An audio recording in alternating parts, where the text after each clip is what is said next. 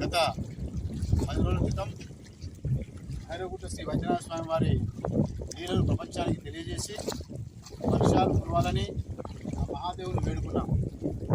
వర్షాలు కురిసి మన గణపురం చెరువు నిండిన తర్వాత గంగమ్మ తల్లికి పూజ చేసి ఇదే గంగమ్మ జలంతో ఇదే గంగా జలంతో స్వామివారికి అభిషేకించి పూజా కార్యక్రమం నిర్వహిస్తామని స్వామివారిని వేడుకొని వర్షాలు పడిన శుభ సందర్భంగా మన గణపూర్ ఆనకట్ట నిండిన శుభ సందర్భంగా ఈరోజు స్వామివారికి గంగాజలంతో అభిషేక పూజలు జరుగుతున్నవి.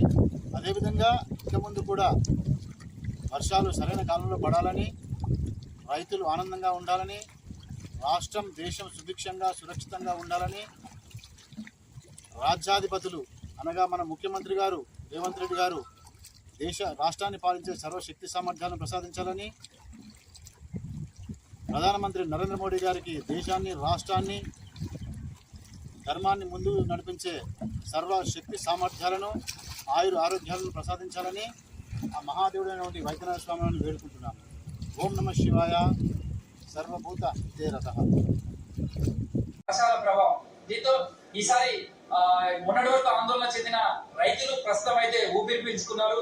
ప్రస్తుతం ఈ గోదావరి జలాలు కూడా చేరుతుండడంతో ప్రస్తుతం వానాకాల పంటతో పాటు వచ్చే ఎండాకాల పంటకు కూడా నీటి సమస్య తీరుతుంది అనేది రైతులు భావిస్తున్నారు.